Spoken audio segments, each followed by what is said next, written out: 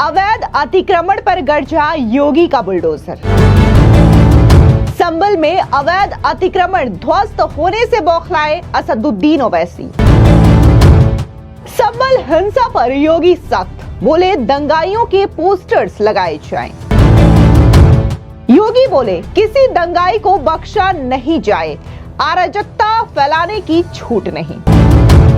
नमस्कार, स्वागत है आपका। आप देख रहे हैं द न्यूज और मैं रानी गुप्ता आपके साथ। संभल हिंसा में शामिल दंगाइयों के खिलाफ लगातार योगी सरकार का ताबड़तोड़ एक्शन देखने को मिल रहा है। बता दें कि संभल हिंसा के 10 दिनों के बाद योगी सरकार का बुलडोजर चला। आपको बता दें कि बुलडोजर एक्शन के बाद जितने भी अवैध अतिक्रमण थे उन्हें ध्वस्त कर दिया गया है। लेकिन दूसरी ओर असदुद्दीन ओवैसी बौखला चुके हैं। उन्होंने साफ तौर से यह कहा कि एक समाज के खिलाफ ही कार्रवाई की जा रही है और आखिर ध्वस्तीकरण से पहले नोटिस क्यों नहीं दिया गया। तो वहीं दूसरी ओर आपको बता दें कि दंगाइयों को लेकर के राज्य के मुख्यमंत्री योगी का सख्त निर्देश अधिकारियों को है और अधिकारियों को बकायदा योगी गवर्नमेंट की ओर से यह चेता दिया गया है कि किसी भी दंगाइयों को बख्शा नहीं जाए। किसी भी शख्स को यह खुली छूट नहीं है कि वो राज्य में इस तरीके से हिंसा फैलाए या फिर अराजकता फैलाए। और सीधे तौर पर योगी ने यह भी आदेश दे दिया है कि इन तमाम दंगाइयों के पोस्टर्स छापे जाएं और एक एक पैसा इनसे वसूल किया जाए। दरअसल आपको बता दें कि चंदौसी कोतवाली इलाके में करीब दर्जन भर अवैध दुकानों पर बुलडोजर चलाया गया। वहीं योगी सरकार के बुलडोजर एक्शन के खिलाफ AIMIM चीफ असदुद्दीन ओवैसी का बौखलाहट देखने को मिला। दरअसल बाबा के बुलडोजर एक्शन की खिलाफत करते हुए AIMIM चीफ असदुद्दीन ओवैसी ने अपने सोशल मीडिया साइट एक्स पर पोस्ट करते हुए कहा, संभल में आज जो बुलडोजर एक्शन हुआ वो सुप्रीम कोर्ट के फैसले के खिलाफ है। सुप्रीम कोर्ट की गाइडलाइंस के मुताबिक 15 दिन की नोटिस होनी चाहिए। जिनका घर टूटने वाला है उन्हें अपनी बात रखने का मौका देना चाहिए और बुलडोजर को किसी मुजरिम को सजा देने के लिए इस्तेमाल नहीं किया जा सकता। इसके अलावा उन्होंने आगे यह भी लिखा कि योगी सरकार एक पूरे समाज को सजा दे रही है। उनका जुर्म बस इतना है कि उन्होंने अपने संवैधानिक अधिकारों का इस्तेमाल किया। जो सरकार सुप्रीम कोर्ट के आदेश नहीं मान सकती, वो सरकार संविधान के मुताबिक काम नहीं कर रही। क्या ऐसी सरकार को सत्ता में रहने का कोई अधिकार है? आपको बता दें कि संभल में मस्जिद के सर्वे के दौरान हुई हिंसा को लेकर सीएम योगी ने सख्त रुख अपनाते हुए अधिकारियों को निर्देश दिया है कि एक भी उपद्रवी नहीं बचना चाहिए। जिन लोगों ने सार्वजनिक संपत्ति को क्षतिग्रस्त किया है उसे वापस ठीक कराने का एक एक खर्चा उन्हीं उपद्रवियों से वसूला जाए। मुख्यमंत्री योगी आदित्यनाथ ने बुधवार को वरिष्ठ अधिकारियों के साथ एक उच्च स्तरीय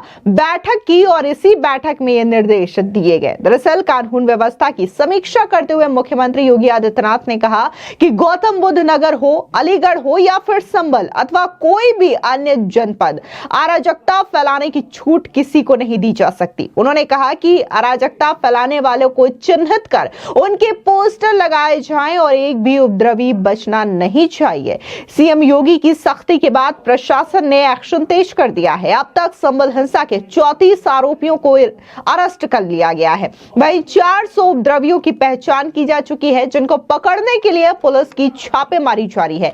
अब मुख्यमंत्री योगी आदेश के बाद संभल में एक्शन और भी तेज होने की संभावना जताई जा रही है। आपको बता दें कि इस बीच जब पुलिस जांच कर रही है तो उन्हें पाकिस्तानी फैक्ट्री के कई सारे कारतूस और खोखे बरामद हुए हैं, जिसकी जांच की जा रही है। और इससे पाकिस्तानी खोखे मिलने के बाद जो NIA है वो भी अलर्ट मोड में आ चुकी है और उसके बाद NIA की टीम भी इस मामले में जांच कर रही है। और जिस तरीके से पाकिस्तानी खोखे मिले हैं उसको लेकर के ये जो पूरी हिंसा की तस्वीर है वो एक अलग ही रुख अख्तियार कर रही है। लेकिन इस बीच आपको बता दें कि विपक्ष भी लगातार संभल हिंसा को लेकर के राजनीति कर रहा है, जहां पर नेता प्रतिपक्ष राहुल गांधी कल संभल जाकर के पीड़ित परिवारों से मुलाकात करने वाले थे, लेकिन राहुल गांधी को रोक दिया जाता है, जिसके बाद विपक्ष राजनीति कर रहा है और ये सवाल पूछ रहा है कि आखिर बीजेपी सरकार उन्हें संभल जाने से क्यों रोक रही है, जिसके बाद बीजेपी नेता सुधांशु त्रिवेदी ने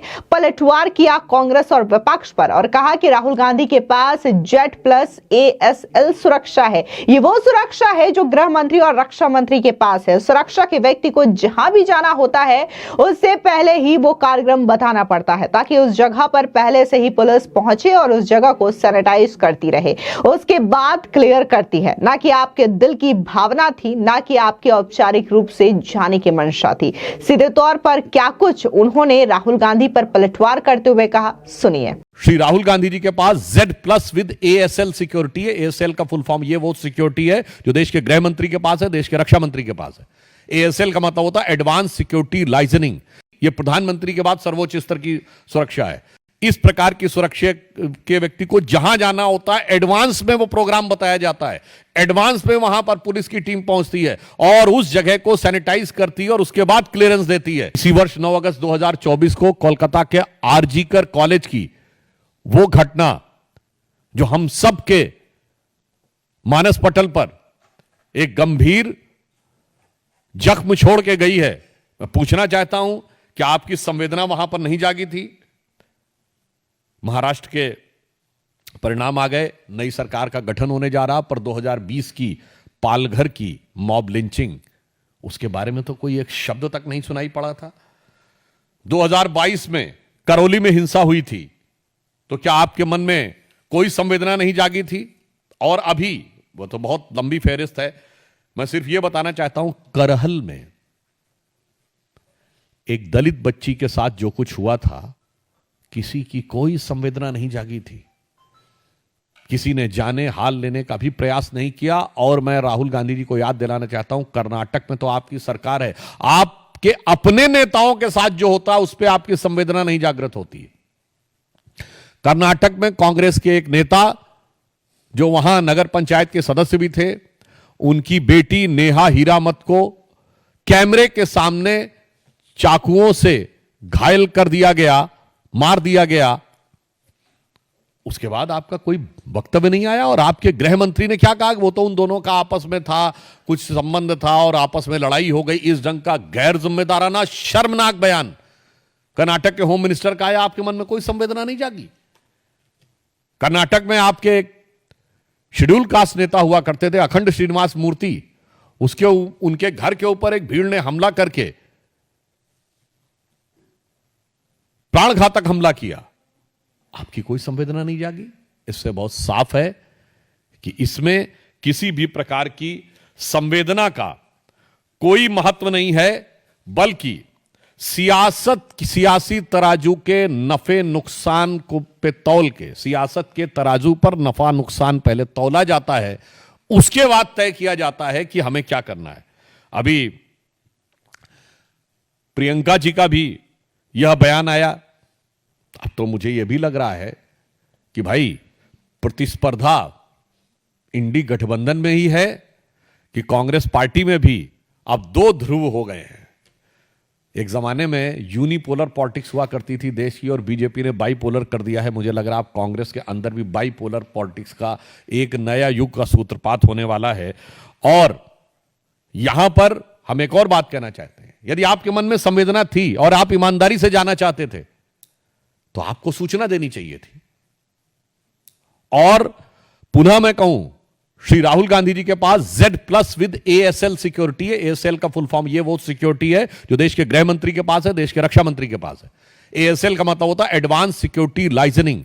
इस सुरक्षा का व्यक्ति, ये प्रधानमंत्री के बाद सर्वोच्च स्तर की सुरक्षा है। इस प्रकार की सुरक्षा के व्यक्ति को जहां जाना होता है एडवांस में वो प्रोग्राम बताया जाता है। एडवांस में वहां पर पुलिस की टीम पहुंचती है और उस जगह को सैनिटाइज करती है और उसके बाद क्लियरेंस देती है। तो ना तो आपके दिल की भावना थी जाने की, और ना आपने औपचारिक रूप से जो आपका दायित्व और सुरक्षा, उन दोनों के हिसाब से भी आपने जाने की मंशा नहीं की, एक रस्म अदायगी की और उसके उपरांत लौटकर आ गए। तो मुझे लगता है कि कांग्रेस पार्टी का ये जो सो कॉल्ड यात्रा थी, ये इंडी गठबंधन की आपसी प्रतिस्पर्धा के भाव से अधिक प्रेरित थी, जो इंडी गठबंधन के भिन्न भिन्न दलों में अपने उस कोर वोटर को अपने कब्जे में रखने की छटपटाहट से प्रेरित है।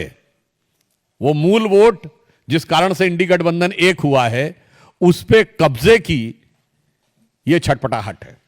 इसमें जनता के लिए संवेदना कहीं दिखाई नहीं पड़ती। आपको बता दें कि जब से संभल की जामा मस्जिद में हरिहर मंदिर होने का दावा किया गया और बाकायदा इसको लेकर के याचिका कोर्ट में दायर की गई, जिसके बाद सर्वे की जानकारी सामने आती है, वहां पर जाकर के सर्वे होता है और ये सर्वे की जो तमाम डिटेल्स हैं वो सामने आती है। उसके बाद से ही वहां पर स्थिति बिगड़ रही है और इसी पूरी चीजों के बाद, घटनाक्रम के बाद वहां पर बुलडोजर एक्शन होता है और अवैध अतिक्रमण को ध्वस्त कर दिया जाता है। लेकिन संभल हिंसा को लेकर के जहां योगी सरकार कड़ा रुख अपना रही है, राज्य की सुरक्षा और शांति को स्थापित करने की कोशिश कर रही है, तो वहीं विपक्ष लगातार इस पूरे मामले को लेकर के राजनीति कर रही है। फिलहाल इस पूरी खबर पर आपकी क्या प्रतिक्रिया है, कमेंट सेक्शन में जरूर बताएं। धन्यवाद।